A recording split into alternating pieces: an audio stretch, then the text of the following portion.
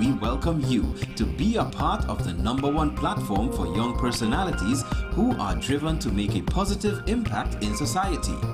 As we continue to reach every corner of Trinidad and Tobago through our daily broadcasts, our social media pages, or through our 75+ digital billboards across the nation, contact us to learn about our competitive rates via marketing at wesncc.com or call us at 628-5835. WESN Content Capital, television with a difference.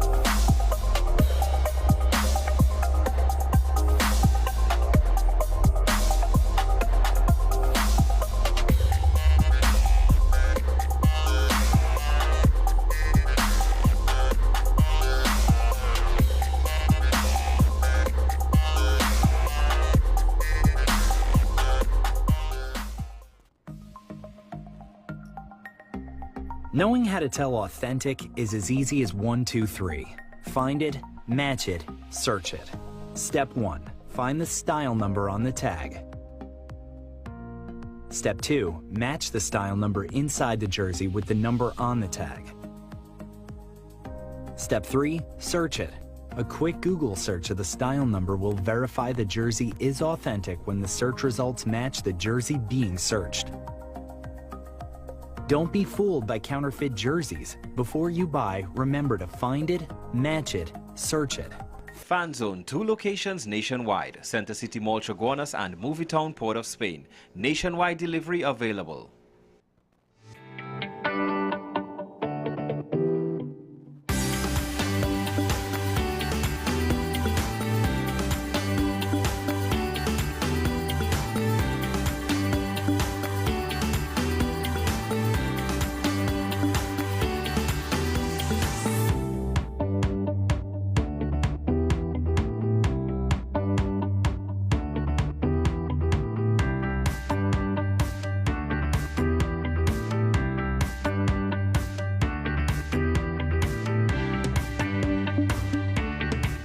You are watching Strictly Legal on WESN Content Capital. Just give an overview of what exactly is that split arrangement. Now you don't need to register nothing. You don't need. We can do that another time. But then it becomes a hit, and then everybody starts to want to claim.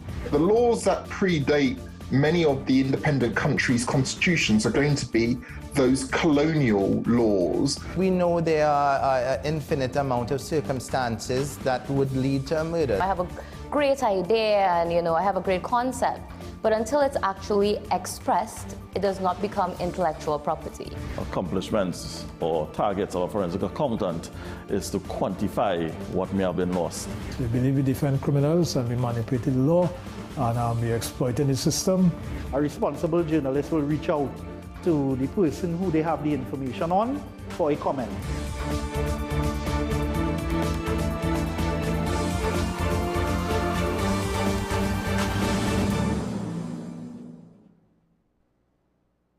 We are tackling the hard-hitting topics, some controversial topics, some topics we sweep under the rug. You don't always have to forgive in a relationship for it to move forward. If it is you are in a situation where you forgive the person, but to the detriment of yourself, what are you really doing? It is very uncommon for somebody in the younger age group to have dementia. Atheists don't not believe. Is that I can't disprove God, but you also can't prove God, so we kind of at a stalemate. We'll focus on the woman who's been the victim, right, or the man who's been the victim. We exclude the children. Folks are trying to study the underlying brain mechanism to figure out how does this particular disorder happen in the brain? How is the brain processing this? Don't worry about AI, worry about humans working with AI. Are you willing to learn new skills to stay relevant for the future job market? That's the challenge that people are going to struggle with.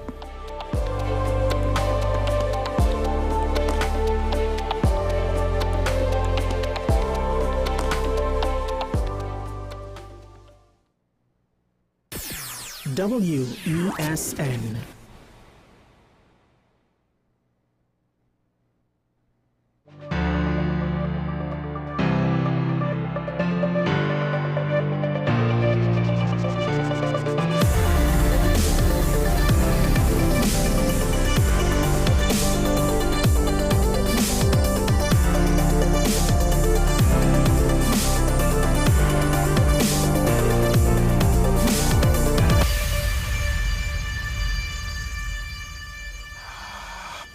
Promises. We're coming down to the closing stretch, and the question is, who's going to keep their promises? But we'll get into that maybe later, depending on time.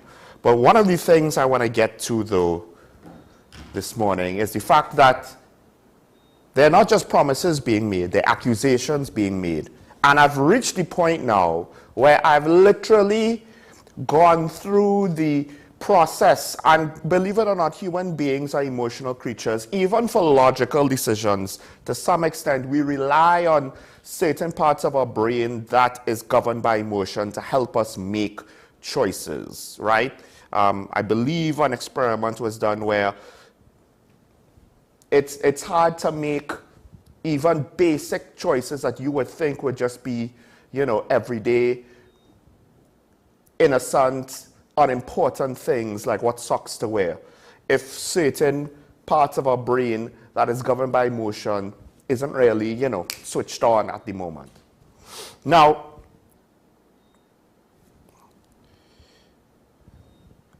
I've been going through the processes, and I've reached the point where I'm starting to get so cynical. Now I'm actively doubting even situations that I should be giving a certain amount of weight, a certain amount of concern, have a certain amount of respect for, just due to the shared nature. So we'll go down the gamut of what was in the papers in between this morning and yesterday morning, so I can tell you what I mean. First of all, of course, the opposition is continuing its report about election collusion.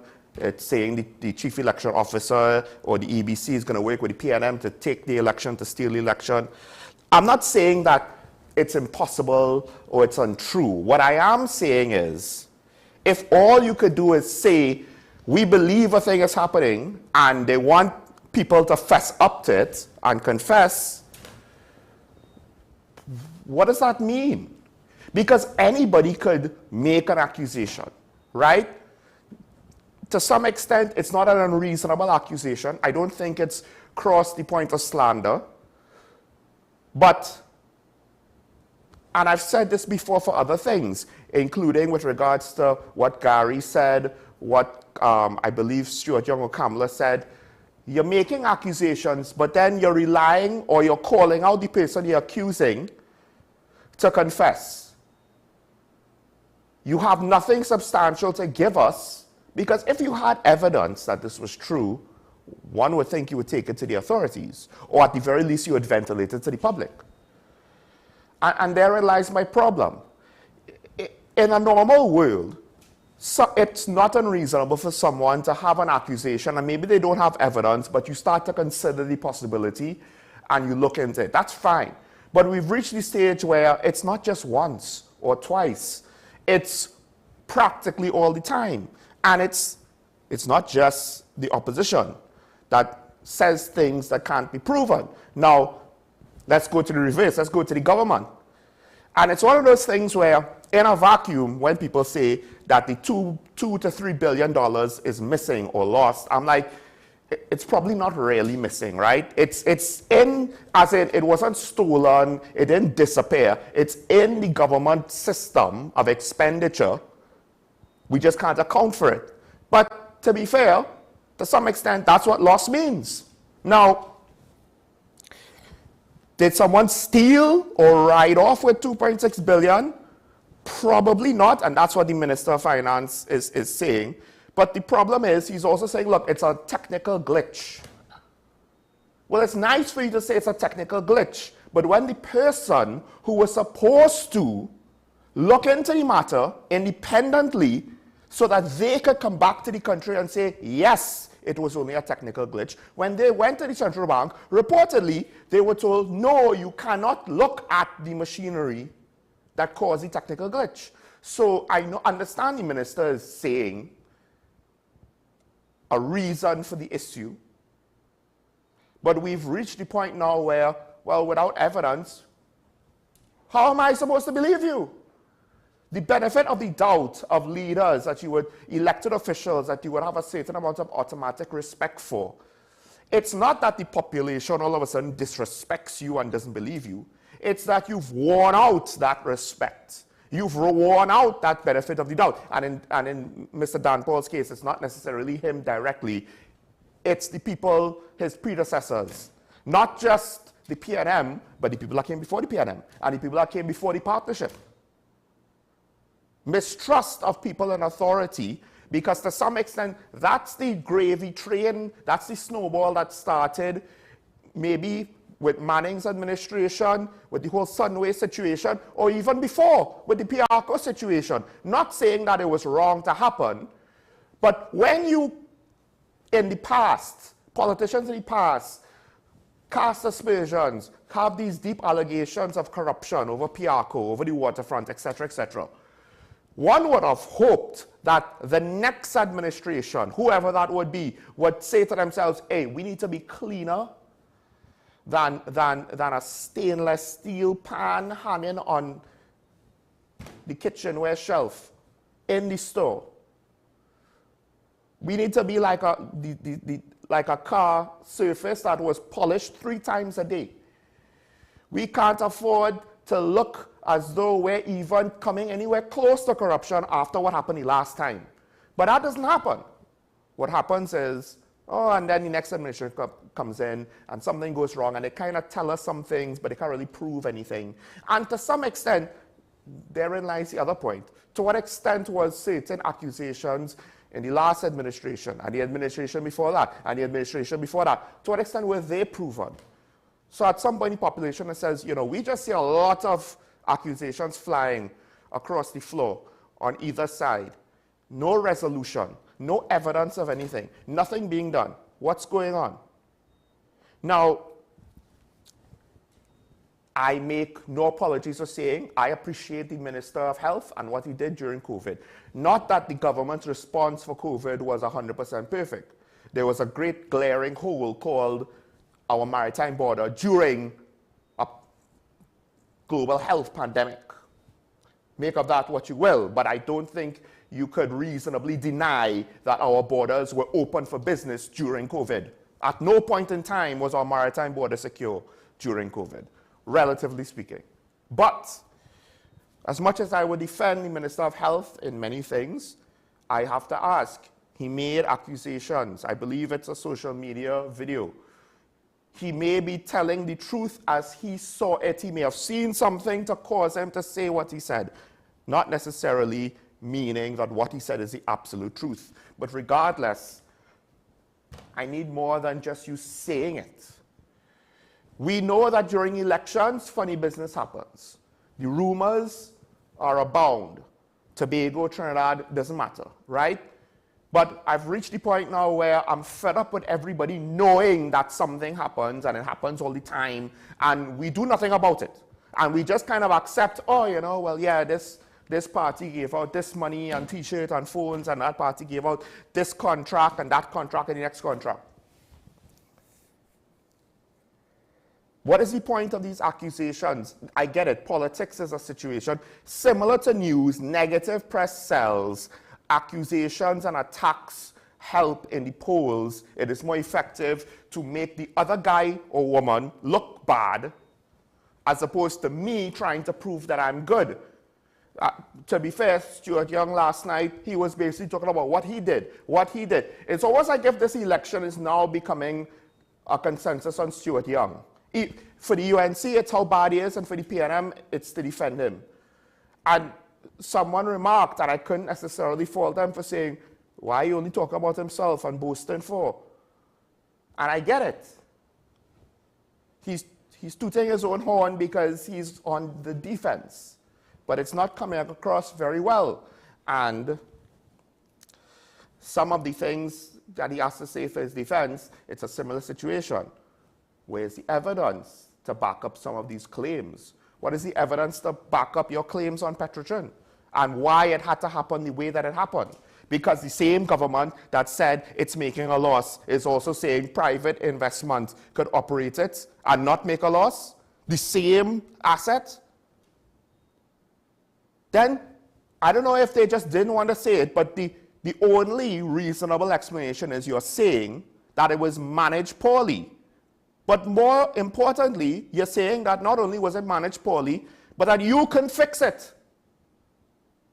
That's the concession you're making with that situation. We were unable to solve the problem, so we tried to make it go away. Not that the opposition is proposing anything better, but we're just looking at what we have in front of us based on your communication. What else is there to think? Private investment somehow won't operate at a loss? I mean, yes, the price of oil is higher than it was, I think, 2019 before COVID, it bottomed out. But it's not as though you're actually trying to explain things in detail so that the public will understand and be able to follow you, follow your philosophy, follow your vision, and move with you. It's like having a leader that is complaining he doesn't understand why people don't understand him when he does such a poor job explaining himself. Now, another thing about this whole situation is, and it's continued, people might be tired of hearing it, but it's one of those things where I really don't want the Pandora's box to be fully open, because if it does, we're going to be in trouble. There already was a situation where somebody was gunned down by the airport. Now this morning, a father and son, technically a father and two sons were gunned down. They didn't say what type of weapons.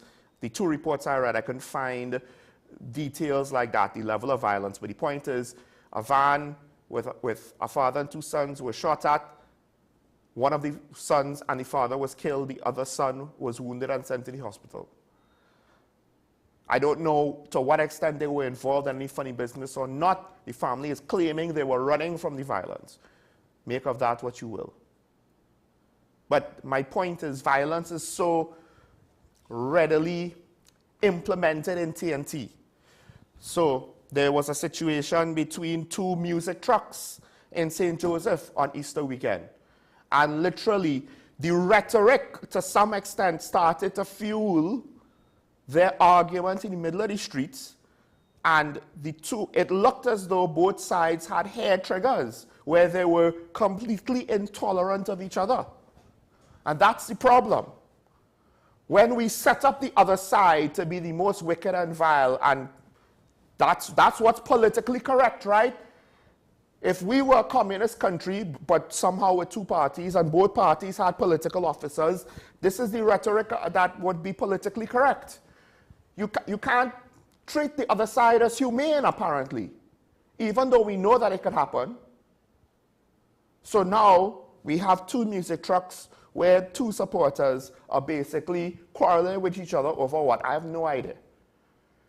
It doesn't even seem that there was a significant incident to cause a disagreement. But then now, there was also a situation in Tobago where I believe it is essentially someone is going about walking, hitting the streets, canvassing the area, and not everybody like that. Well, I understand you might not like the candidate in front of you, but why does it have to be an altercation? Even if it's just verbal, and this goes directly against what the TTPS is warning people.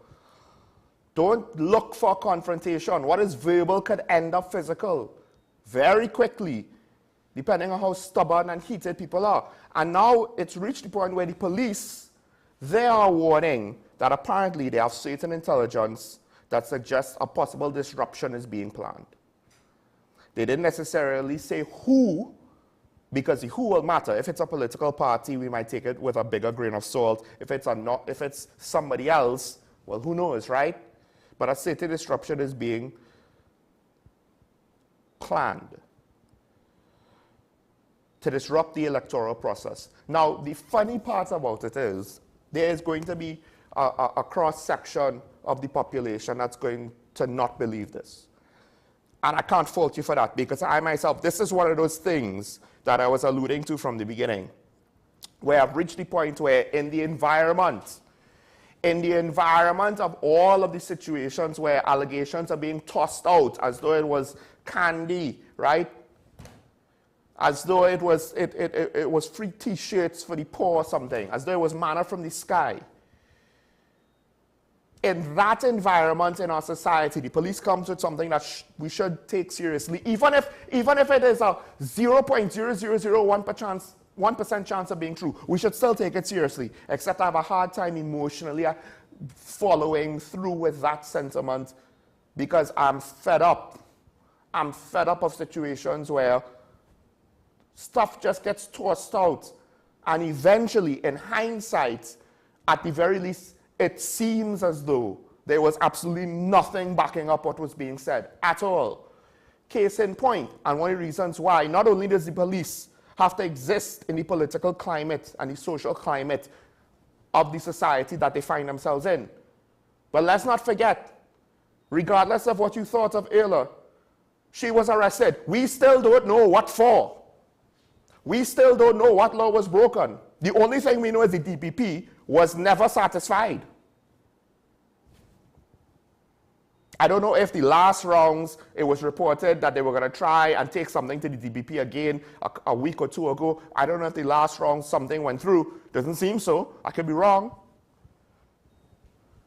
So even the police are in this whole gravy train of, well, let's just accuse first and try to find some evidence or not later.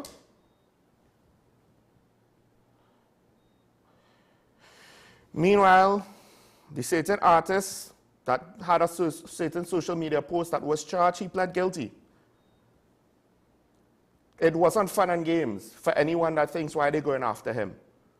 This is one of those things where we don't want things to escalate to the point of no return. And then, you know, hold our hands up in the air and say, like, what happened?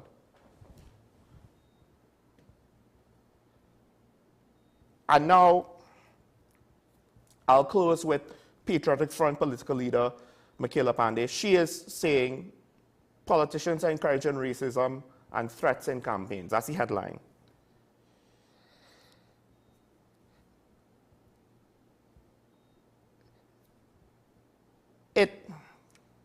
I think it's one of those things now where, and I get it, to some extent, there's enough evidence where you could agree with her or not, depending on your point of view, right? I'm sure a lot of diehard supporters will agree that, yes, my party is always being attacked by the other side, but we don't do any of that to them.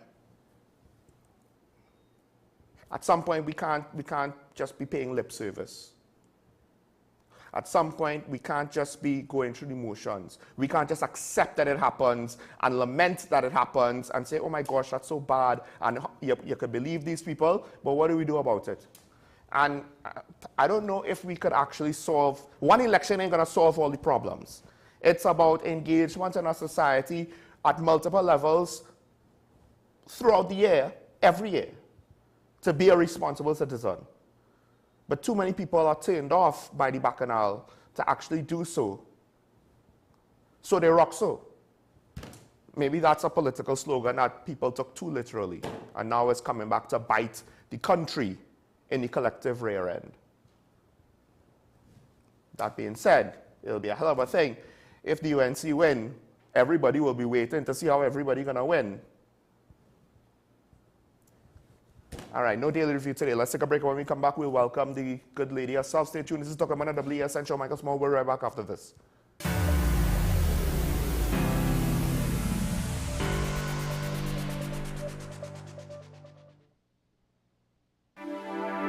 name is Dr. Joanne Williams-Carroll, and I am the Director of Behavioral and Mental Health at the Community Hospital.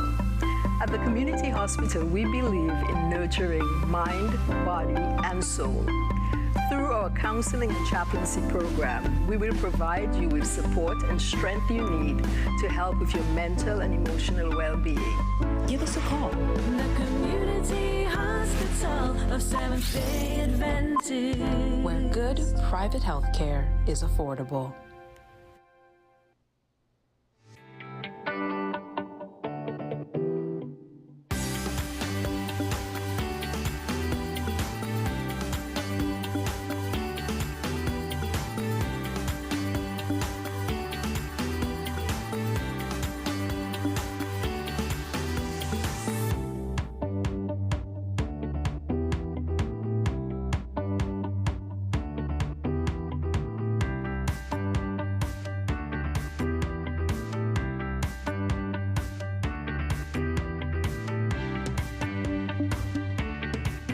Our award-winning show is back, and this season promises to be even more exciting than before. What's Up, Doc isn't just a title, it's a call to action for anyone who wants to improve their health and well-being. Join us on this thrilling ride towards better health on WESN Content Capital.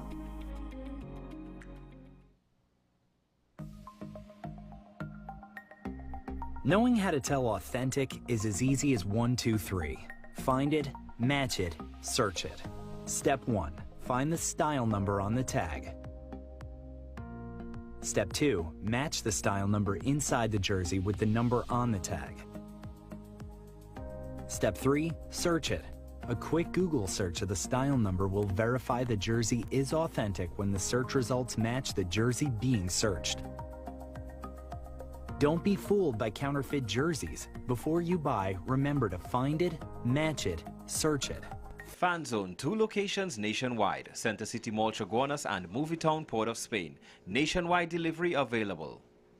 This is 10 Questions. I'm Andy Johnson. The distance from where we should be in the world in going forward on our commitments with climate change. The effects of climate change that cannot be accounted for. It's called loss and damage. And we're seeing loss and damage happening so much more in this decade and the previous decade. The principal term there was this question of the correspondent banking issues. That is why we're trying to build capacity with this country here, Trinidad and Tobago, and other countries in the region. Man is not showing any signs of stopping or even slowing down. More than half of the forest in Trinidad is already gone. All the plants and all the animals and all of the nice clean water and fresh air and everything had to be on this planet for humanity to have a chance. We have small change when it comes to countries that can take decisions, and when they speak, the world listens. The General Assembly is a very democratic forum. And Trinidad and Tobago has the same vote as Canada, in spite of the obvious difference in size.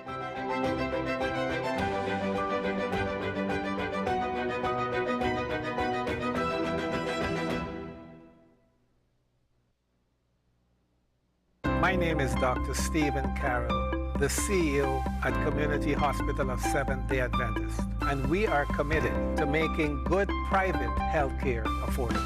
For all your medical needs, including dental, radiology, laparoscopy, behavioral and mental health, along with many other services, contact us for more information at 235-5479. Community Hospital of Seventh-day Adventist, where good private health care is affordable.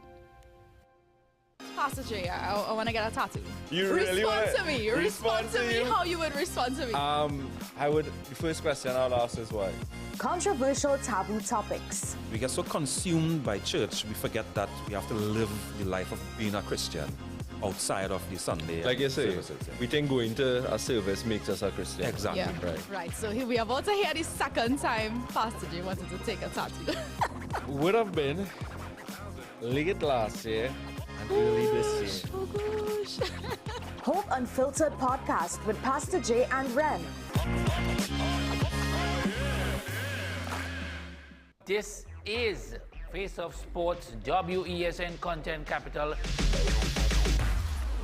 How you felt about the kiss on the lip? That's the business. I'm nothing to do with that. I find that was distasteful. The national senior team, whether you like it or not, that is the model for all other teams to follow.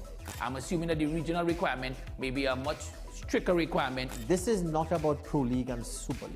This is a league run by the Normalization Committee that I'm responsible for. Nobody expected FIFA to fund this arrangement. If we don't get a professional attitude towards this, we are doomed for failure. You break the balance, trip the leg, control the body. They ain't gonna stand put forever. Why you want the Chiefs to lose so? Why you want the Chiefs to lose so? They already have two. Lamar don't Why? have. You're jealous because you know the Chiefs getting closer to the Patriots. Let's go to the last part. No, of the game. no. Let's go to the last part.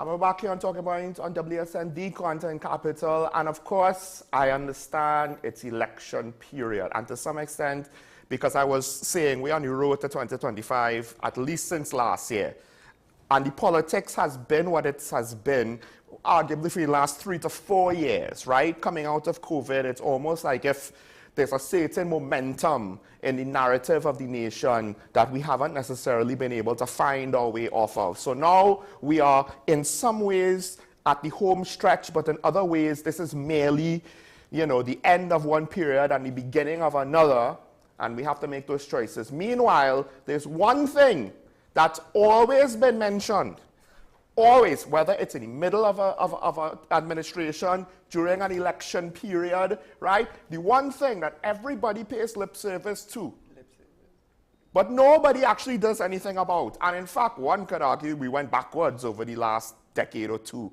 with regards to this, is diversification. It's one of those things, it's a 4-letter word now, right now in our vernacular, right? People don't even, it's almost like if you don't want to hear it anymore, the politicians and the speeches have worn it out to the point where some people already just give up, you know, and concede the fact that this ship is going down with energy, however that happens. So we're not necessarily ready to concede, so we have the good lady herself who just, I'll say one thing, former Minister of Finance, right? So she may know a little bit about a little bit.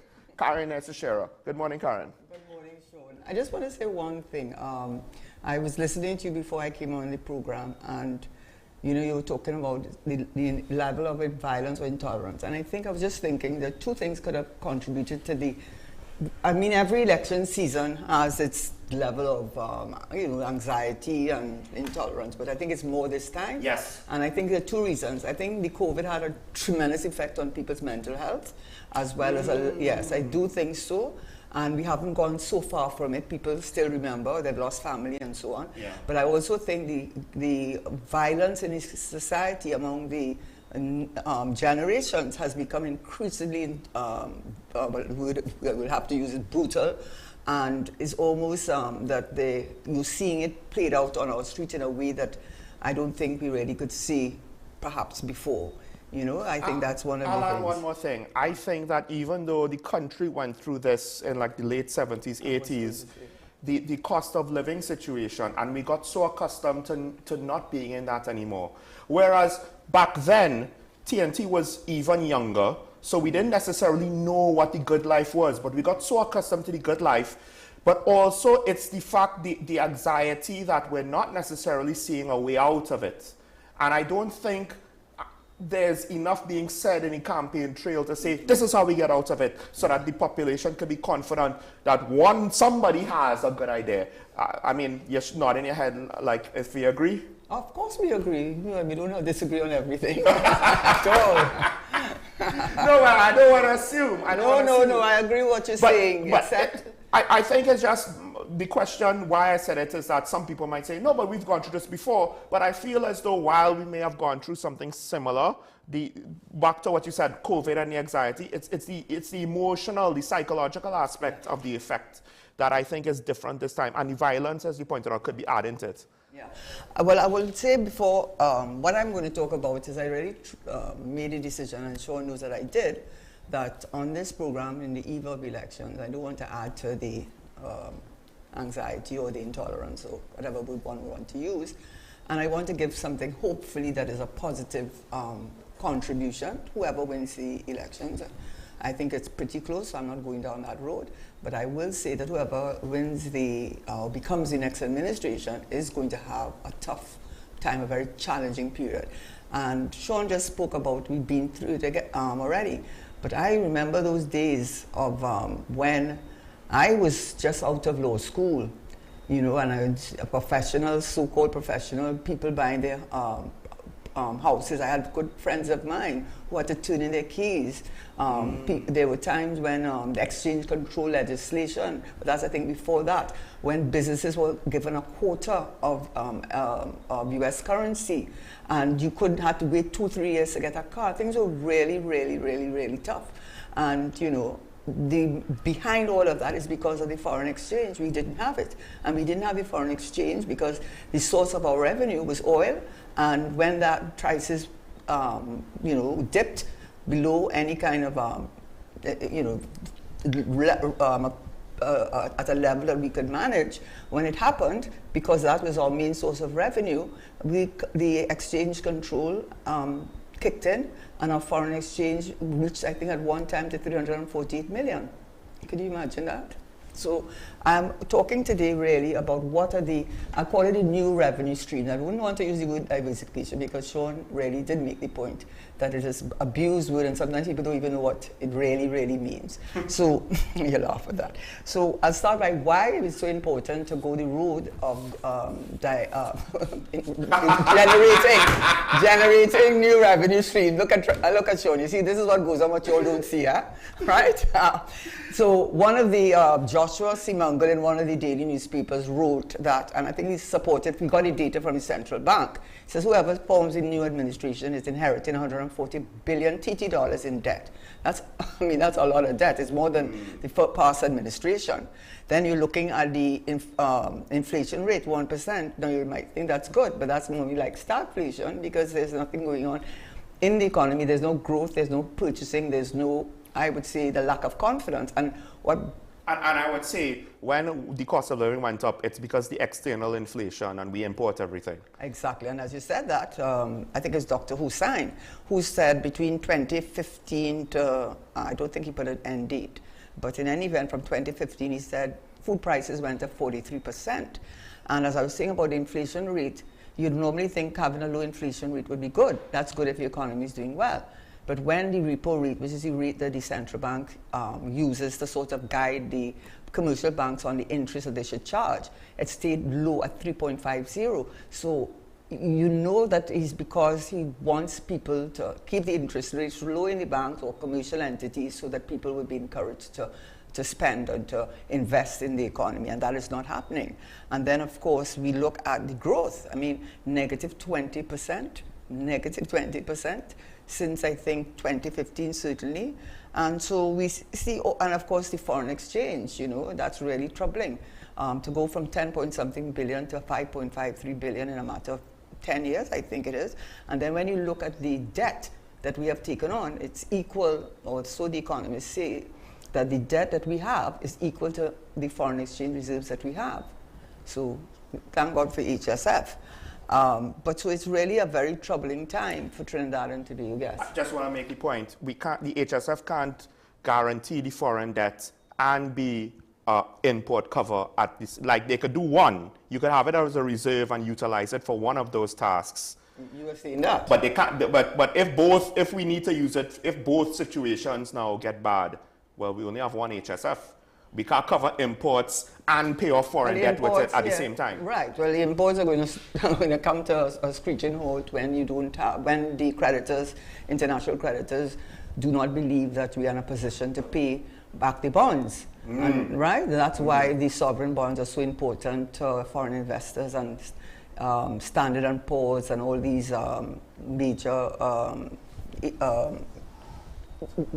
world internationally recognized, the word escapes me, but it really says that when they give us a poor rating, or they say that our rating in sovereign debt is low, that does not inspire confidence in the possibility of getting foreign direct investment. So yes, the HSF can do but so much, but I don't know how far it will go. So that gives you an indication of where we are in terms of the economy. So today I try to give a positive spin or give a positive response to what is going on in Trinidad and Tobago, what we have to look forward to. We can't just depend, as we have done, on oil and gas, particularly gas. Yes, there's, I spoke about it last week, I believe, on the potential growth in the energy sector. Now that the big giants like BP and Shell and Exxon have pivoted back to hydrocarbons rather than focusing on the renewables. So that's good news for us. I won't go back over it. But what we need to do is that we need to develop other streams of revenue. Foreign exchange, because without foreign exchange, you simply cannot import, as we do. We import $7 billion of food. It went from, I think a few years ago, to from 5-point-something billion to 7 billion TT dollars of food import. We simply cannot continue like that. Even in the manufacturing sector, you have to recognize that a lot of the raw material, including what's put into the tins and so on, are imported. So you have to pay in foreign exchange, usually US currency. That's the currency of the day. So what do we do about that? I thought that I would just look today at 2 or 3 important opportunities to foreign exchange generation. One of them is cultural tourism, which I've mentioned before. It's a non-energy diversification option. I wrote about it years ago, actually, and it was published in the newspaper. So I do try to make a contribution. And they did say at that time, which was a few years ago, that cultural tourism comprises approximately 37% of the world tourism market and is growing at a rate of 15%, with the category of tourists generally spending more and staying longer than the traditional tourists. So we have a competitive advantage. And we went through a lot of what I believe Mauritius went through, the Mauritius experience, when they lost their sugar industry. No, they don't the sugar industry. They didn't just lose the sugar, but the preferential treatment. Oh, right. Right, so that they would have to compete on the international stage, and they simply could not do that. And so their sugar industry collapsed. And so they had to look at some other avenues for generating foreign exchange. One of them was cultural tourism, because very much like us, their population is about 1.3 million. Very much like us, they're made up of an ethnic group of the Lebanese, Syrian, East Indian, African, Caucasian. So they have a blend of all the races, all the ethnicities, and all the cultural experiences of these various groups. And I forgot also the Chinese. How could I forget that? I don't understand. I mean, how could I do that? So they've gone through that and have been extremely successful. And I'm saying, when you look at Trinidad and Tobago, yes, ecotourism, yes, sports tourism, yes, medical tourism, I support all of them, but you have to center it. And I think the best thing for us, when you do the SWOT analysis, you look at strength, weakness, opportunities, and threats within the Caribbean region, which where we are, and level of sophistication, I think, and level of education too. In Trinidad and Tobago, a major problem, of course, is the crime. But if you look at it, cultural diversity is seen through our food. We have all kinds: choka, sada, roti, black pudding, buljols, you name it, coconut bakes, you name it, we have it. And we also have the traditional American and English food offerings. Then we have the festivals. We have Pagua, we have, of course, Eid ul-Fitr, which is not a festival, it's a religious event, that is true. We have Diwali, which is also religious and cultural.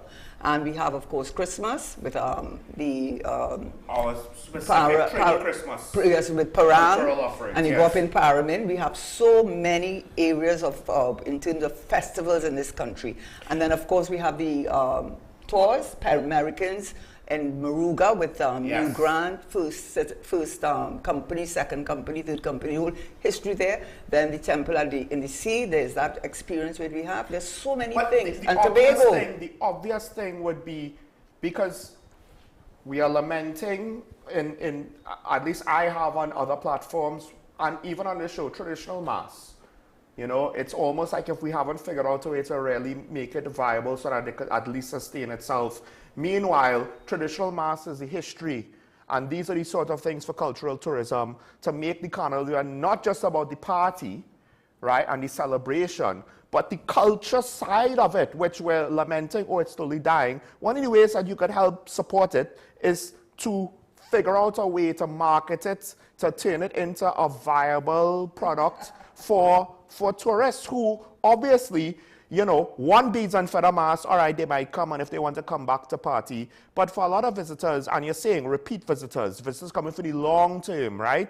Yeah, and certain cultural aspects of Carnival doesn't have to be limited to Carnival. Not at all. You can have certain displays, museums, exhibitions throughout the year. There's so much opportunity, and thank you very much, Sean. So an investment made by the government already. We have invested heavily in education at the tertiary level, especially at places like UTT and UV and Arthur Lockjack, where they offer courses in fine design, fine arts, performing arts.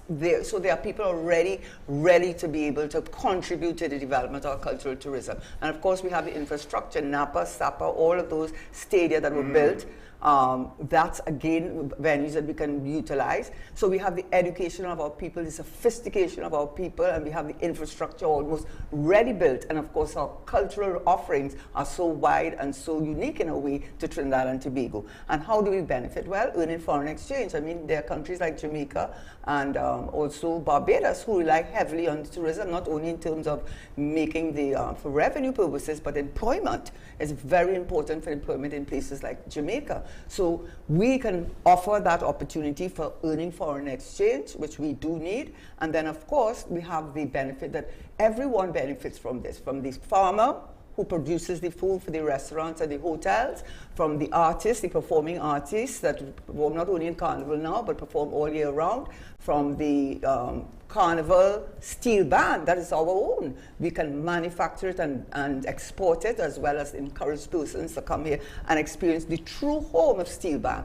There are so many things that we have. Our chutney soca. Which other country can say that they have that? So we have so many offerings in food, in drink, the Angostura with all the offerings in terms of rum and rum-based products. Part of it is bitters is around the world. Exactly. Right? But somehow the country that's the home of bitters is probably not known for being the home of bitters. That is similar to Limbo, similar to Steel Band, similar to Carnival. And yes, so these are the things that we have in Trinidad that we're not doing enough about, and we're sitting on a gold mine. That's how I think about it. And of course, we have Tobago. Tobago has always been a more relaxed, more gentrified form of tourism. And that's good for Tobago because it offers an ecotourism experience, which a lot of the Europeans, I believe you would know more about it than I, Sean, but I know the Dutch and the Germans and those from Scandinavians, yes. So you're catering to a certain kind of tourists that likes to come to Trinidad and to go to Tobago, especially with their waterfalls. There's beautiful beaches. I think they were voted among the top 10 beaches in the world. So some people might prefer beaches on other islands, but take the beaches out of it. Tobago as an island with the waterfalls, like you said, and the rainforest and the hiking trails. And the amount of birds in Trinidad and Tobago, which is a big deal bird watching tourism, right? But just the nature that we have, just for Tobago alone, not even Trinidad, is so much ahead of certain other Caribbean islands, but they understand how to turn their tourism product, and we are just kind of sitting on it. Exactly. So there's so much that we can benefit, and the most important thing, okay, we have the Airbnbs, the guest houses, the hotels. I mean, everybody can benefit from this, from the big hoteliers to the small A&Bs, to the small guest houses, to the artists, to the persons who perform on the stage, to the manufacturing of steel bands, the playing of the steel bands, the playing of tassa, the playing the soca. Listen, it's just amazing. And of course, Tobago also has its antiquities with all its. It has a little the goat race, the wedding, the Tobago wedding, and the dance that they do, and so on. So that would have happened this Easter. Yeah. Exactly, and they've called actually the Ministry of Culture and Antiquities in Tobago. So I am not saying there are not other subsectors. Of course they are, but I think we need to should anchor our tourism in what we have best or what we have at the advantage over in this part of the world. And I think that there's a lot of opportunity for everyone. And guess what? It's not it's a renewable resource. It's not a non-renewable. In other words, you're investing in what? The people of Trinidad and Tobago. And I think it will also help in building communities, building understanding, as all the cultural melting pot occurs as a result of that. So there are so many benefits to that. Of course, the challenge has been crime and airlift.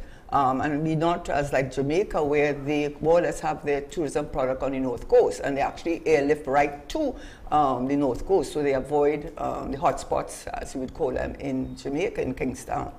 But we should not allow that to hold us back. What we have to deal with, of course, is a continuing issue, but we need to master it, and there's a lot of benefit to obtain from it. In fact, I read here, I'm reading my own information that I had gathered some time ago about Jamaica. Not picking it up now, but in any event that Jamaica's foreign exchange employs directly and indirectly 1/4 of the population. Yes. What would be the tourism sector? Yes. It says, nonetheless, tourism together with remittances is Jamaica's top revenue earner, with tourism accounting for a substantial component of Jamaica's foreign exchange and employing directly and indirectly about 1/4 of the population. So there's so much opportunity. We're sitting on this in Trinidad and Tobago, and we have to look towards developing a product and develop the other subsectors. As I said, the ecotourism, the sport tourism, that will flow from it. And I just want to point out, it's not that I'm saying Sandals is a bad project. It's just that what Karen is outlining here is all of these sub-industries that will, one, help market the island. You need more than just a place to stay. You need things for the people to do and see that differentiates you from everywhere else, because you have to compete with Dubai, you have to compete with the Mediterranean, you have to compete with Southeast Asia, you have to compete with the rest of the Caribbean. This world, and when we're looking at this part of the world, who is our real competition? No, but to say it, like if you're in Europe, you could just as easily go to other tropical destinations. But okay, this part of the world, we have the rest of the Lesser Antilles, we have Jamaica, we have the Bahamas. Do they have what we have? They have Mexico. Do they have what we have? But the sad part is we don't utilize what we have. And the Sandals project wouldn't necessarily help with the cultural or sports or ecotourism. It might help with tourism, but it's not gonna employ 1/4 of the population. Not saying that we shouldn't do it, right? Of course, you know, we have to see what the proposal is. But what Karen is outlining here is something more than that, more than just another hotel or even another chain brand hotel that will help market the island on that level. We're talking about really opening up the possibilities of, hey, this is all that we have to offer. Look at how unique we are. Come and join and partake and celebrate that and experience that, right? And spread the word about that. We're not really doing anything about it, and I think we give up on these things before we even try. And actually, I had recommended, and it's just curious that you, Prime Minister, has said that. I said that to really pull the different strands of tourism, cultural tourism together, because there's food, there's drink, there's festivals, there's food, there's tours, there's so many parts to that experience. They're just festivals. I had recommended an implementation team established comprising persons who can lead and pull together all these components and strands and build it into a first world, cohesive, well-established tourism product. And I have...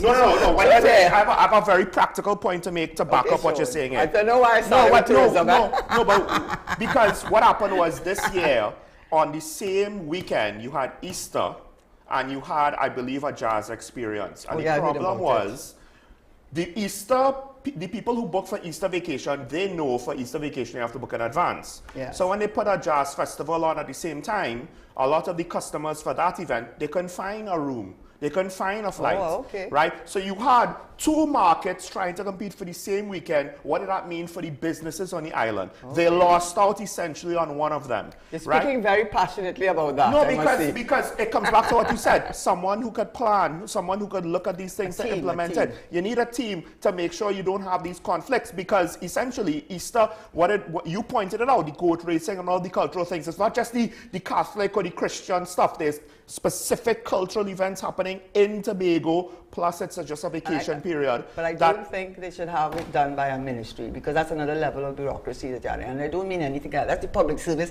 needs so much revision and so much, turnaround in how we, the public service in Trinidad and other countries. It's not only our country that the bureaucracy obtains, and then the political impact on it. So I don't think we should have.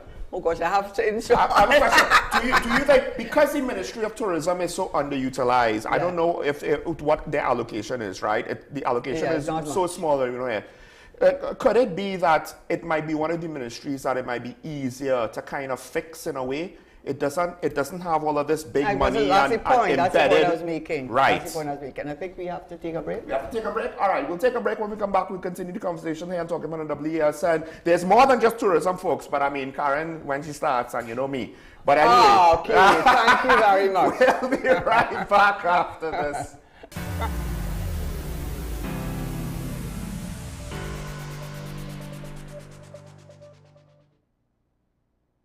My name is Dr. Stephen Carroll, the CEO at Community Hospital of Seventh-day Adventist, and we are committed to making good private healthcare affordable.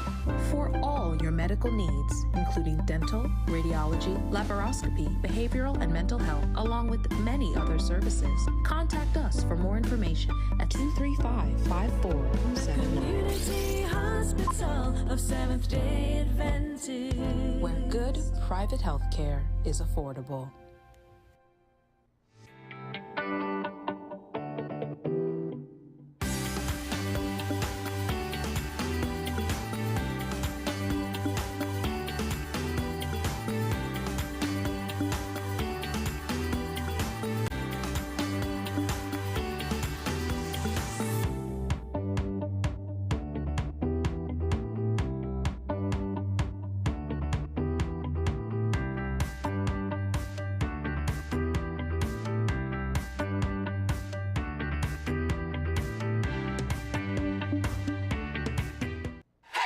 FanZone, your reliable, authentic supplier, has just gotten better. You can now visit our website www.fanzonett.com for your authentic wear and collectibles. The only place where you can use both your Visa debit and credit cards. Visit our website fanzonett.com to make your purchase today. This is Face of Sports, WESN Content Capital.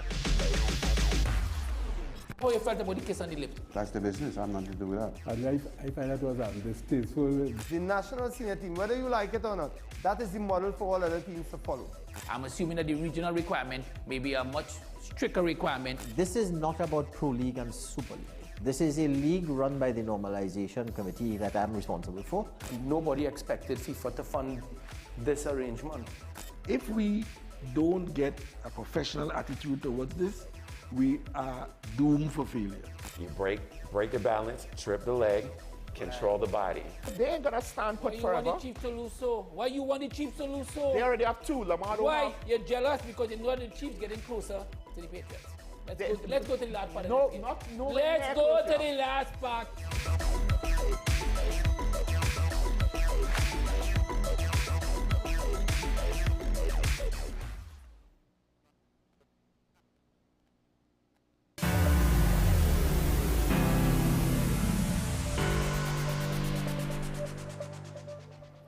I'm back here talking about the WESN, the Content Capital Show, Michael Sport, Karen Shara.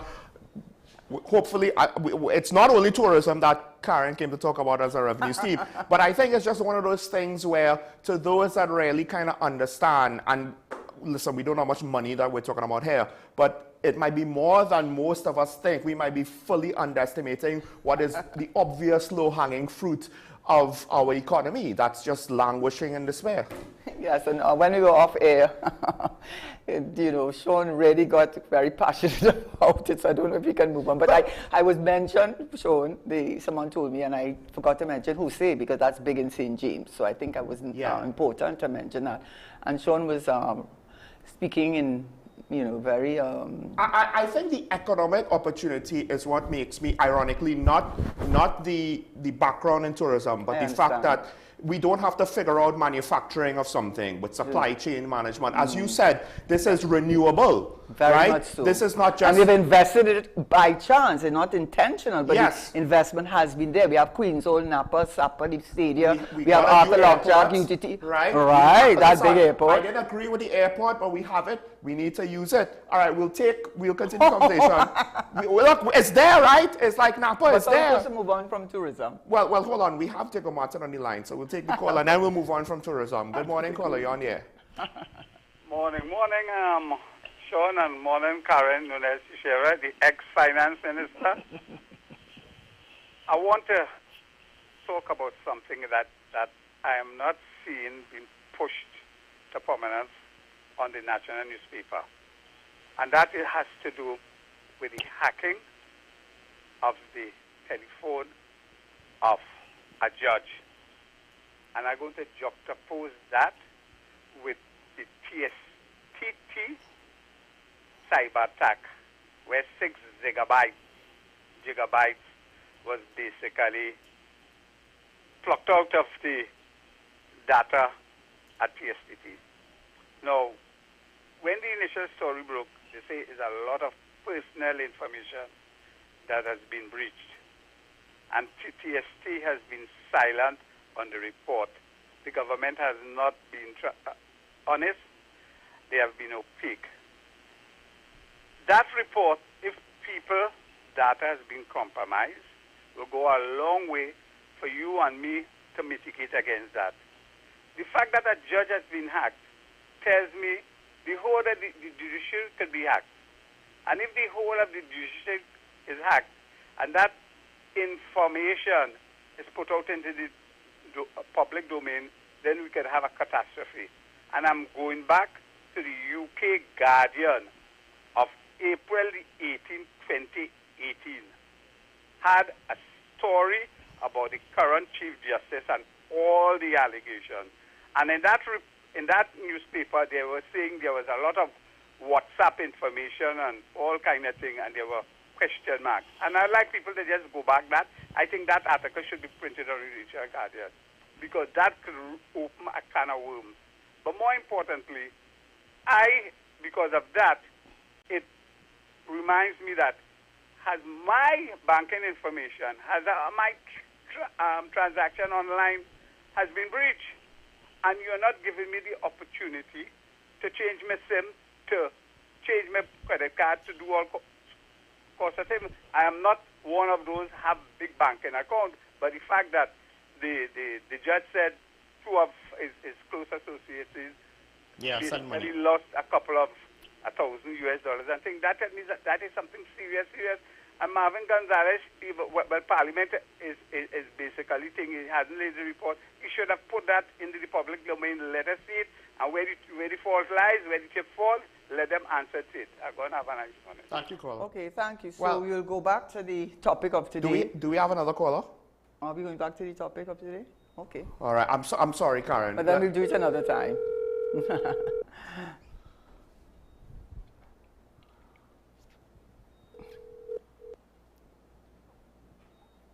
Hello? Hi, caller. Good morning. Mr. San Fernando. Yeah, Sean Michael. Hi, morning, caller. A little soft. All right. Go ahead. Nice. What I have to say is this. If we focus on saving money, take for example, the food bill. We currently had 77,000 acres of land. I know now they don't have all of it, but they're not the majority of it. Why is it I ain't hearing about a land use policy? For example, chicken, corn, because you have to feed them, yeah? Because the weekly demand for chicken in this country, yes, we shouldn't be importing all of that and spending that. And we have land sitting. The problem with Trinidad, we have too much land sitting down idle. Go in any other Caribbean island, for example, St. Lucia, and see how they organize the banana plantation. Have a good day. Thank you. Well, that was going to be the next copy, and thank you very much for that contribution. We have San Fernando. Now we have San Fernando. Caller, good morning. Good morning. Good morning to Ms. Sheriff, the most distinguished attorney. Now, I want a little clarification or advice on a topic. Now, we vote for people, and some people say to govern and to rule. I want to know what part of the Constitution say that they could rule and they could govern. Because we have, the definition of government already, we know where that is. But to govern and say, my idea, and I should do that, I should do this, I should do that, and to rule what? You are there to serve, you are a representative. After we had the Constitution change from MP to parliamentary representative, we expect you to represent, not to rule. Can you please advise? Thank you. Thank you, caller. Well, I see that my attempts to look at No, we'll get there. No, I don't think we will today, but that's okay because it's important that what the viewers and the listeners want to discuss, that's more important at this time. We can always go and pick up from this on another day. Yes, you're right. I think, but I think the current Prime Minister talks about being a servant leader. So I think he probably understands. But I'm just saying that there are different forms or different types of leadership models that you can adopt, and he has adopted according to what he has said, and is that he's going to take the servant leadership, which is that he's there to serve the people and not the other way around. Whether that is borne out by the facts, that's a different story. But I agree with you that they're not there to govern and rule, but you have to have some level of governing. You have to have the governing because then we will have anarchy in the country. Yeah, so governing is not ruling. Yes, governing is not ruling. So you do need that because you have to have order in your society. You're not going to get anybody to come and invest in here. Your business is going to collapse, and we're all going to suffer as a result. How far you take it, that's a different story. But we have to govern, and we also have to facilitate. That's an important part of our government's our job, as it were, to facilitate the growth, not to impose it on the people, and to move away from just using a national or public sector approach, rather the private, right, exactly. So we agree with you, and we haven't seen it as yet, but we will hope as a young nation growing up and as people like yourself contribute and say these things, that it will finally reach the ears of those in power, use even the word power, and that they will then understand what the people really want. And of course, you get an opportunity to say that on April the 28th. Well, we have St. James on the line, and then I'll comment on that last part and others. St. James, good morning. Caller, you on the air? Yes, good morning. I don't know if you all could offer some information on this. Small businesses or businesses on the whole were not given or could not get the necessary US to do their businesses and so. All of a sudden, I go, this US currency is now available to these very same businesses. I don't know where was that? Do you know where that US currency was hiding or probably? I don't know. I don't know. I don't know if you all could offer some information on that. I'm really trying to stay away from that type of discussion, but it's important too. You're right, they're supposed to be facilitators, and I've mentioned, to give you an example of what you're saying, that it seems like at this stage you're just throwing things at people, but anyway, I don't want to go too deeply into that. But what I will say is, if you look at what they call the Gini coefficient, that's a measurement to show the spread of the economic wealth, if so to speak, in a country. You will see, I'm sure, if they were to reintroduce it, because for some reason they abandoned it as part of the CSO, we would then see that most of the wealth is concentrated in very few hands.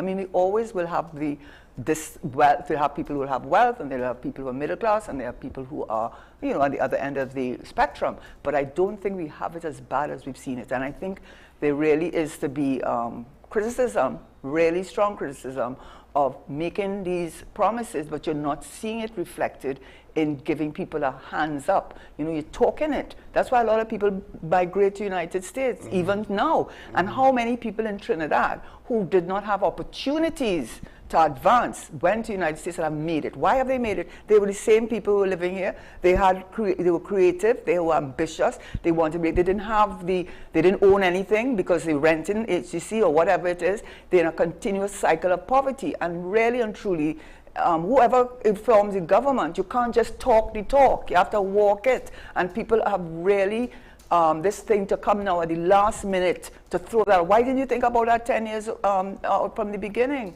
Why couldn't you do that? I mean, people have really not been given the opportunity and the hands up that they need to contribute to the economy, contribute to their family, contribute to their self-worth and self-esteem, and all of us will benefit from that. We have San Fernando on the line. Caller, good morning. Morning, caller. Good morning, Sean. Good morning, Karen. Sarah. Morning. Let me first say this. I was so pleasured. My ears were so pleasured when I heard you, in your discourse, you said the word stadia. I don't know, a lot of these journalists don't understand that is the plural of stadium, Karen. And I hear them all over the media saying stadium, stadium, stadiums. Thank you very much. They need to read a little more. I like the direction this morning in terms of looking at what we can do. Let me say this firstly to a couple comments there. One is the agricultural sector we talked about, and the gentleman who talked about all the state land. Let me say this. There has been several attempts by the state to infuse or to try and help develop a bigger agricultural sector in this country. One was under Eric Williams when they did the Waller Field and the Carson Field and gave out lands to citizens to do agriculture. They did roads, water, everything. If you drive through those areas now, and you see what happened to those areas. Another attempt was by our administration. You were part of Karen, Mr. Manning, when you see with Caroni, when they closed Caroni down, Caroni 1975 Limited, and they gave out lands to those people. The 2-acre parcels. A lot of people got lands, and up to now, we haven't seen the benefit in large measure, let me put it that way, in large measure, of that land distribution to citizens as well. So, and everybody keeps harping on the state. A lot of people go abroad because as they say, they're looking to do better. But there is no crutch when they go abroad called the state. So they have to work in a particular way to be successful, which is not the case in Trinidad and Tobago. This crutch they call the state in Trinidad and Tobago that so many people rely on or expect that the state has to give them something is part of our problem in Trinidad and Tobago, That's a serious problem that we have in Trinidad and Tobago. I have seen it over and over and over and over. We have this issue with the foreign exchange right now. We have seen a lot of people complaining about they can't get foreign exchange. Now, a lot of businesses have been opening in Trinidad and Tobago, but those businesses are what? They are, what do you call what you told me, you, Sean? We call them? Not earners. Trading businesses. Okay. Yeah, they basically trade in. Yeah, importers, retailers. That's right. And there's more and more. If you keep seeing more and more of that being opened, of course they're going to be requesting more and more foreign exchange, and that is part of the problem. That the people, we are not seeing enough people looking at trying to develop businesses that earn foreign exchange, and a lot of the people with the money and the wherewithal to do that are the ones that are going and investing more in those trading businesses. So we need to see a change in that. One more thing I must say, Sean, before I go, on your program last week with Dr. Mohammed and Dr. Sajuan and is Matos is his name? De Matos. DeMatteis, yes, yeah. Dr. DeMatteis. On that program, I listened to Dr. Mohammed and Dr. Sajuan, and they talked about, they criticized the Dragon Gas project. And one of the things I am not seeing in the public domain, and so I'm going to say it today, in Trinidad and Tobago currently, apart from that Dragon deal, there are 27 other energy projects in varying degrees happening right now in Trinidad and Tobago. There are 7 of them that are going to have first gas in the next within the next 24 months. I'm going to put it that way, within the next 24 months. And I have not been hearing anything. I mean, the present government is not a communicator of information. I must say that. But the gloom and doom that people talk about in Trinidad and Tobago is not as bad as we think. Yeah. Caller? One other thing, quick. I want to see after the election, quickly. After the election, I hope, Mr. Shearer, that you would reconsider your position and tell us the reason why you have departed from where you were. Oh boy. Prior. But after the election, After we don't need the to know that election. now. After, and I'm just asking you, after if you would reconsider, because I understand your position, you know. I truly understand your position, especially as a woman of passion and a citizen of passion who has gone up against the establishment just for change. Just for change. Because we know about David and Goliath, but it was about David and about 10 Goliaths you went up against. So I understand your position. But you can't knock them down if you only have one stone and you stand there. Right? So I understand your position. So I just would like you to reconsider it. I'm not saying you have to, but just reconsider it when after all the bacchanal done. Right? Thank you, Paul. Have a good day, both of you. Thank you. I'll say this. I will first. I'll join you on that call only if certain things appear to want to continue, because then there might be a reasonable expectation Karen should communicate, and we'll see where the chips lies after that. But if certain things are going to disappear into the night, maybe it's not necessary for her to venture into those waters. Now, the other thing, Mr. Sanfan, I know you missed at least 2 episodes where Karen did mention. Now, she may not have mentioned all of them, listed them out and counted them. I said the 26 Oh, you said 20? Okay, okay. 100%. I said he put out the bid in January, it's closing in June, and there's not only... No, not the bid rounds. He's talking about actual projects. Yeah, but coming I on think... stream. Well, I think but my point is, Karen is one of the few voices, because you're right on that regard. You're not really hearing... Outside of her telling me, she's educating me whenever she brings it up, because I don't see it anywhere else with regards to other oil and gas projects that are coming down the pipe and would help contribute to the economy. Absolutely, right? Mr. San Fernando. I have to say this because I felt passionately enough about it, yes, that I knew that it would not get the kind of... airplay? Well, not airplay, but kind of, reach the entire public. Right. So what I did is I went on my Facebook, and I hadn't done Facebook for about 2 years, and then I said, you know what?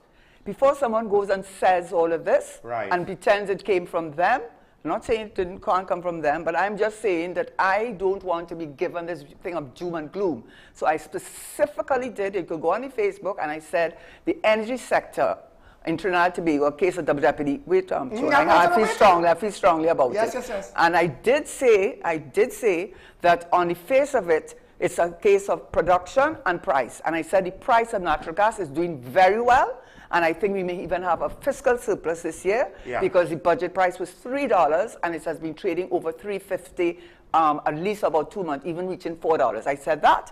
I said about the oil prices, I said in a way it's a blessing for us to have the oil prices so depressed because the fuel subsidy will be a narrower margin of subsidizing the oil. And also, I also said that since we're going to restart the refinery, not under Oando because there's too much there and I don't think we should do that at all. But I did say if when we start back refining, we will stop using our foreign exchange to bring in fuel, and more importantly, with a low price of crude oil, which we were importing before anyhow, we would get a higher margin of profit when we convert that into fuel and also bitumen to pave our roads. I said all of that. I also started by saying the good news is for us, anyhow, in Trinidad and Tobago, is that the oilprice.com did a big out, and it's ongoing, that both BP, Exxon, and Shell are pivoting back to hydrocarbons and have actually moved away from the disappointing results in the transition of renewable energies.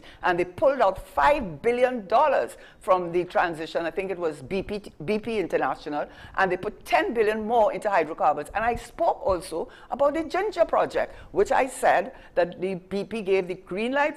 Yes, BP gave the green light. It's one of 10 global projects. And I said that has to be a big project for them to have named it, and it's in our waters. I also said, so don't do not say what you just said. You know, I have sat down on this, and that's where you could go to Facebook. Go to Facebook. Anybody who's listening. I spoke about something else, but I also spoke about the energy sector, and I said there are so many opportunities for Trinidad and Tobago, and that, let me just say this last part.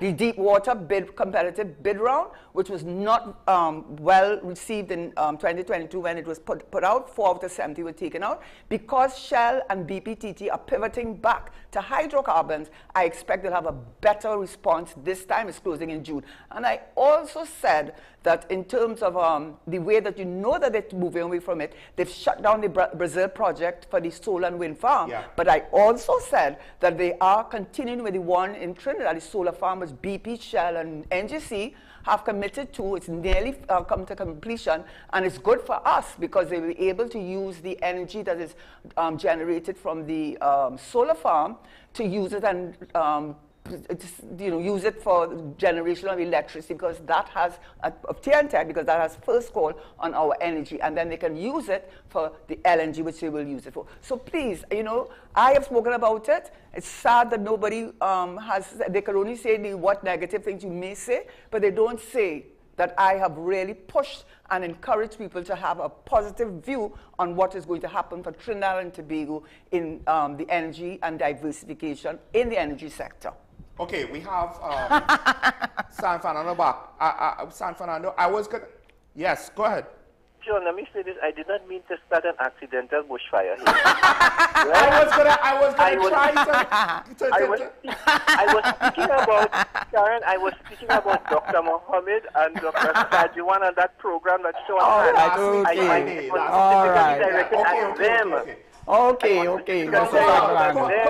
Caller, I do criticize the government with the communication, Sometimes you have to spell it out and be clear to avoid unintended, interpretation. All right, Mr. San Fernando, I'm sorry if I came across like that. But I appreciate the sentiment, and I agree with the principle overall. Anything else?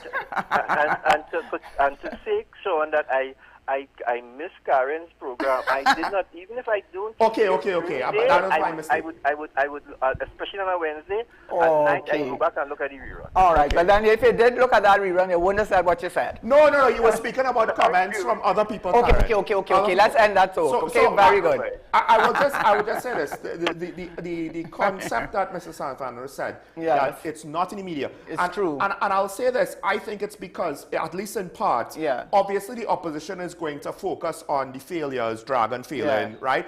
But the government, and somebody said this, and I myself don't have a good explanation for it myself. They're so defensive about Dragon. Yeah, it's almost like if they're treating it like if Dragon is an only child, right? Except they're the ones saying not all the eggs in the Dragon basket, but the way psychologically how they treat it, they're lining it up for us to perceive it to be the only child, the only thing.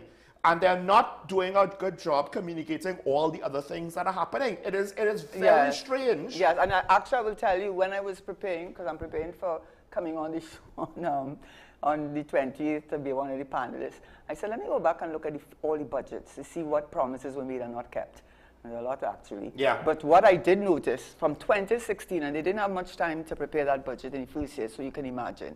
And you know, even from then, as we're talking about Dragonfield, they said they had a memorandum of understanding with the Bolivian, what do you call it? The Bolivian government of Venezuela and the government of Trinidad and Tobago. Yes. Starting from 2016, they were talking about it, and then in 2017, they went back to it. I mean, they have their own selves to blame for putting so much. I do not know what is behind that. I really don't know, but they have their own self to blame if people are focusing on the dragon, because you did yourself a disservice, because you have so many other opportunities with the manatee, even with the coquina mannequin, delinking it from the coquina. There's so many opportunities. So I don't understand why the focus on this dragon field. You're not getting through with it, not now, not under Trump, and face the reality. And that's why in 2016 you know, it didn't happen, because that's when Trump won that election. And his position on Venezuela is consistent. Yeah, and Biden, even Biden didn't Yeah, move it away didn't look from as that. though if Biden had a second term, he was gonna let it go through. No, because he only gave, I just so get too tired of talking about that. Eh? Everybody seems to forget the OFAC. As long as America is against it, dragon is not going to happen. And they put in a 25% secondary tariff on anybody trading with Venezuela. Don't you understand? They want to see the collapse of the Maduro government. I have no opinion on it, and I will not give an opinion on it, but that is the political reality. And if you cannot face that political reality, I do not know why you will not continue singing this song. We are a casualty. We are a casualty of the fight of America with Venezuela. I make no opinion on it. And I am just saying, as long as that can obtains, even under Biden, Shell would not make a final investment decision on Dragon, but they did with Manatee when they delinked it from Lauren. I mean, why are we being so stubborn about it? Let us let it go. It's not happening now, absent a miracle, and let us focus on the positive things which we have going for us, especially the decision of the big energy players, the global energy players, to pivot back to hydrocarbons and give the renewables a little rest, because it's not generating the money that they thought it would. That's what we should be focusing on, the opportunities for us. That's what we should be focusing on. I wanted to say first, basic international diplomatic theory would say, well, if we engage Venezuela with economic deals, they won't be as aggressive, and the threats to Guyana will cease. No, Russia, Ukraine kind of proved that to be untrue. And technically, 1939 Germany, Soviet Union also disproves that theory, right? Just because we have trade deals doesn't mean that somebody can't go on a wild adventure. And Guyana has strategic concerns, and we need to figure out strategically which side of the line. At some point, yes, you can't have your cake and eat it too, right? But what Karen just said there, we also need to understand, renewables for TNT is not the same as fossil fuel. Exactly. Because fossil fuel is both how we generate our electricity and have low electricity, that helps our economy, but also how we generate foreign exchange. That is it. That is the backbone of our revenue. Right. Renewables gives us the electricity generation in the future. It solves that. It doesn't solve the revenue problem. We're not going to get revenue off of renewables just so. Well, remember, I used the example of the solar farm in Brecon Castle and Orange Grove, and what will happen, which is using solar energy for TNTech. So right, but I'm saying, but to say that it's going to be a forex earner. No, it's right? not going to. So the news that the energy companies are not looking to commit to this thing quite just yet means we have more time.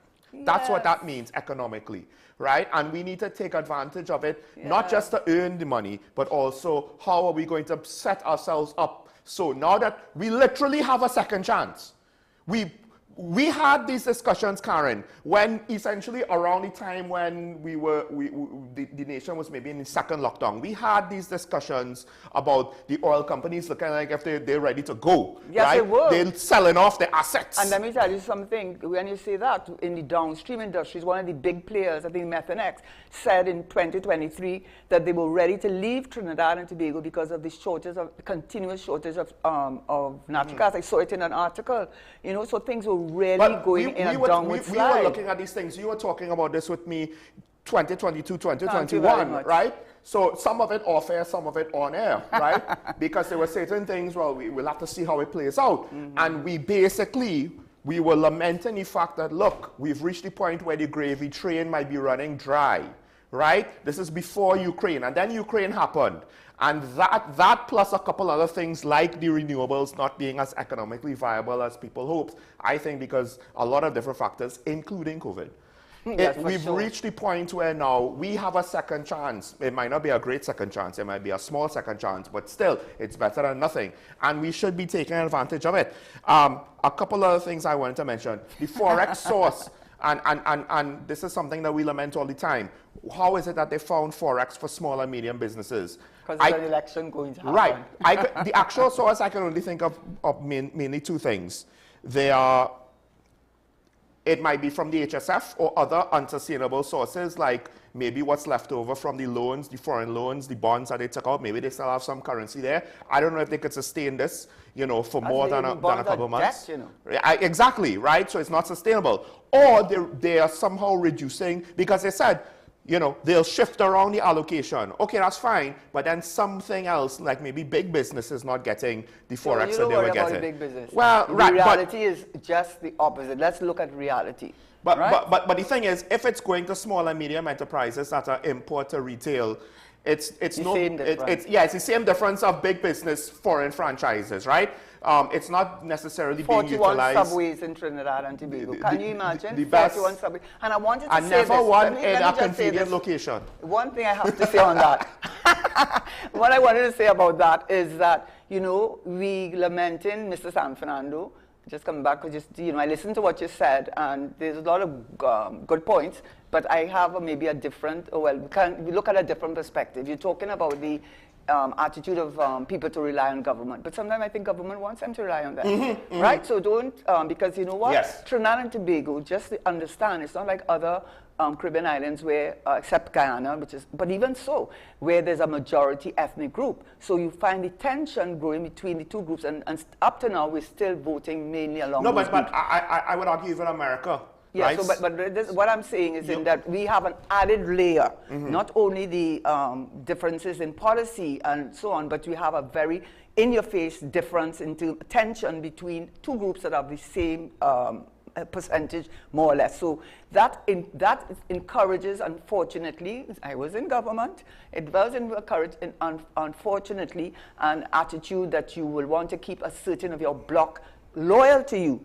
And how do you secure that? One of the ways is to keep them on CPEP and URP, give them little contracts and so on. That's a reality. So they themselves encourage that mindset. They themselves want them to stay down in that position. And when you talk about Williams, I had done a thing on the history of Trinidad and Tobago. Do you know that in the early days, in those days of Eric Williams, etc., even before we got independence, the agriculture played an important part in our GDP, and that in fact all down in Chagaramas, yes, all down in Chagaramas, there were a lot of farms, there were a lot of husbandry, you know, with animals and so on. A lot of that, you would be so shocked how much it contributed. Trinidad had a very buoyant agricultural sector, but because of the Dutch disease with oil and gas, which all governments have to take responsibility for where we are today, you know, the focusing on oil and gas, when you know it's such a volatile commodity, you know that. You've experienced it so many times. When will you learn that it's going to do that? When are you going to learn that we're going to have peaks and valleys? So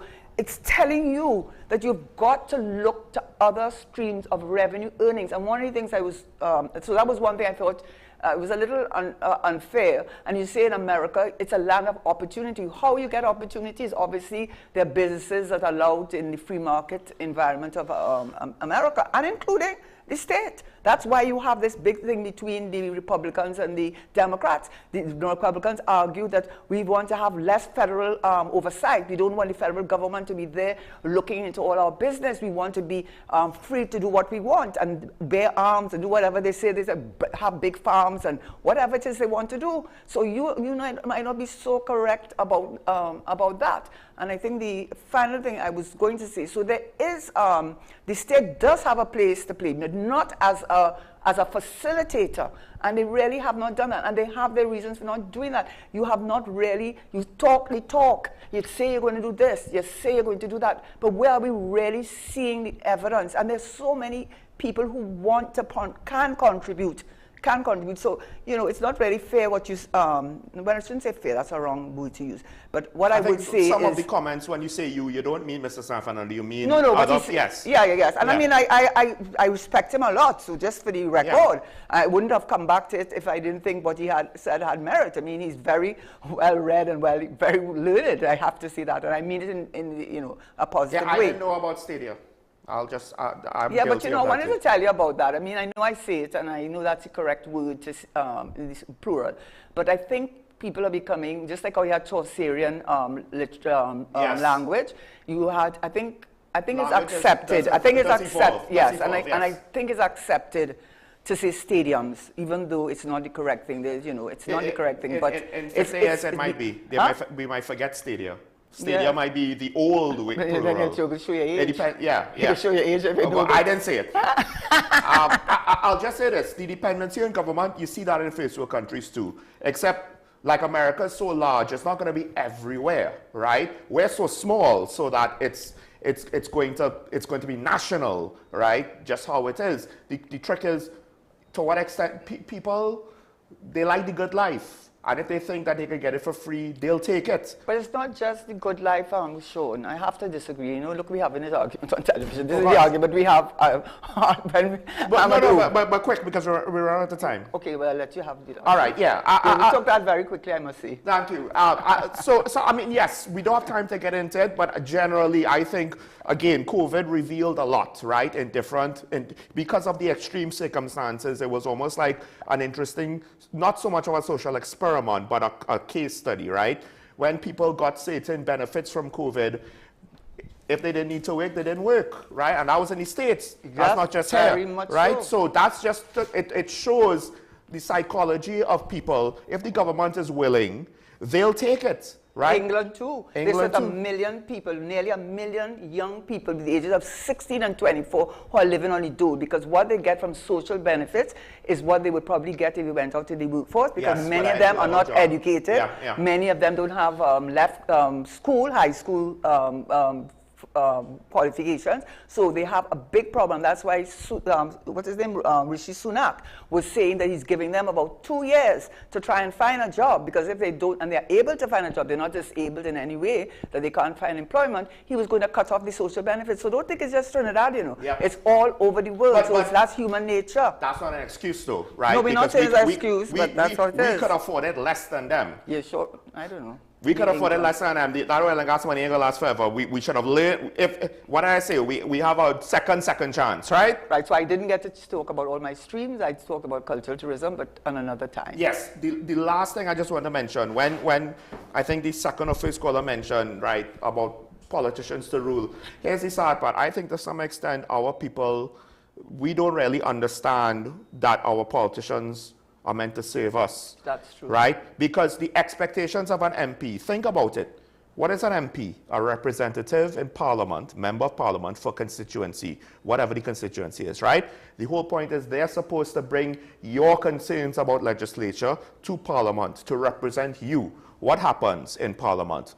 MPs vote the party line. They don't necessarily they don't represent their constituencies, they just vote the party line. But more importantly, what do people actually expect from their MPs? They want their MPs to solve their problems, which is a local government function in many cases. They want their MPs to be in charge. That's what they think. They don't necessarily understand one of the main jobs of an MP, but they want the MP to act as though they're the boss and essentially they're the mini ruler of the constituency, right? That's what they vote him there for, to solve the problems in an autocratic, wave your hand manner. And that's the thing, to some extent, caller, you have an issue with politicians ruling over the population, but parts of the population, they kind of elect politicians to do just that. They want a hand wave and a problem solved, and they don't necessarily understand the various processes that are required to get it done. Satan, you want the roads paved, you have aldermen and councillors, you go through a whole local government election for that. Not the MP. The MP, but again, they don't represent you when bills are being debated, and people do not criticize them or hold them to account for that. So we get what we get. And I'll leave that there. More to talk about on revenue streams for the country. Maybe next week we'll see. There's a whole election happening next week. We won't be talking about it next week. Well, maybe not. We'll see. Maybe not. We will see. Right? Well, I mean, there'll be a lot to talk about. Yeah, Monday I don't think nights. people will be interested in that next week. But oh gosh, I mean, next thing you know, the election is a dudder, and we just get the same old. Hopefully not, because I don't know if we could afford it. But I'd like to thank all the callers and the engagement. Oh, true, I did. We enjoyed it today. There was a comment. I'll just acknowledge the comment. Basically, the comment said, we need back pay. It's a turn-off for workers. I understand that. The cost of living thing, it's a very real, difficult situation, whichever government, whichever party gets voted in. I'm not so sure if you're going to get everything that you want. But at the flip side is, if the economy goes the way it's going with the international stuff, something might need to be given just to keep people afloat, and I'll leave that there. Karen, thanks for joining me. Well, I just want to say I was an MP. I'm hearing all of this bashing of MPs, but I just want to say I don't like to sing my own praises, but no one else will. So I will say that on the eve of the 2010 election, which I was sure I was going to win back my seat, and I'm not surprised I didn't. I won't go into why I say that. No, that I will not go into that. I will not go into that. But I will say that I had a 98% approval rating, even above Jack Warner, and because I really devoted myself to the issues of the thing, whether it was bridges. I loved being an MP. I loved serving the community. Because you got to actually directly treat with people's needs. Yes, it was really a pleasure and a joy and a privilege, honestly, I think, to be an MP. Mm-hmm. How many MPs even say that? I'll just end with that there. Folks, have a good day. Stay safe. Remember your allegiance to the Republic and to each other, and never forget, it's nice to be nice, especially now when people want to quarrel over who they're voting for, right? Listen, don't turn it into a physical altercation, folks. We almost get in there. Listen to the police's warnings on that one. If there's any warning, listen to that. Oh, last thing, the judge got hacked. I think it's a hack that could happen to any one of us. It's not just because it's a judge. Let that be a warning to you for your phone and your WhatsApp and your emails and your social media. We will see you tomorrow. Bye-bye.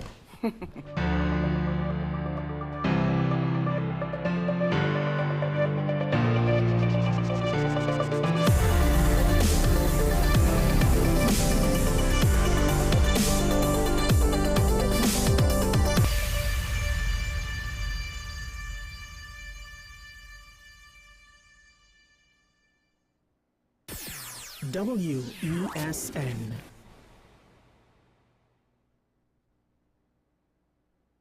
My name is Dr. Stephen Carroll, the CEO at Community Hospital of Seventh-day Adventist, and we are committed to making good private healthcare affordable. For all your medical needs, including dental, radiology, laparoscopy, behavioral and mental health, along with many other services, contact us for more information at 235-5479. Community Hospital of Seventh-day Adventist, where good private health care is affordable.